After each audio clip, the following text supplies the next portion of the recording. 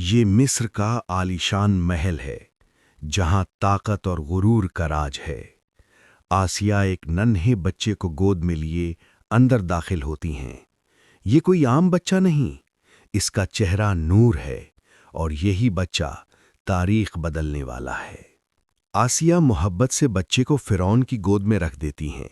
فرعون سونے میں ڈوبا ہوا بادشاہ بچے کو غور سے دیکھتا ہے، بے خبر کہ یہی بچہ ایک دن اس کی بادشاہت کو چیلنج کرے گا۔ بچہ معصومیت سے کھیل رہا ہوتا ہے۔ اچانک وہ اپنا ہاتھ بڑھاتا ہے اور فرعون کی داڑھی کو زور سے پکڑ لیتا ہے۔ چند بال اس کے ہاتھ میں آ جاتے ہیں۔ محل میں سناٹا چھا جاتا ہے۔ فرعون کا چہرہ غصے سے لال ہو جاتا ہے۔ وہ غصے میں چیختا ہے، اس بچے کو فوراً قتل کر دو۔ محل میں خوف پھیل جاتا ہے۔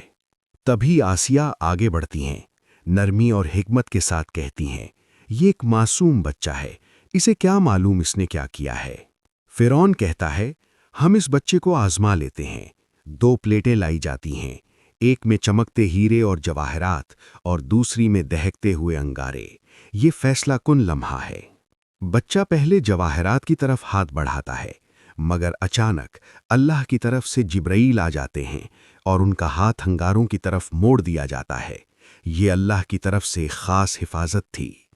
بچہ ایک جلتا ہوا انگارہ اٹھاتا ہے اور اسے اپنے منہ میں ڈال لیتا ہے۔ اس کا منہ ہلکا سا جل جاتا ہے، وہ رونے لگتا ہے۔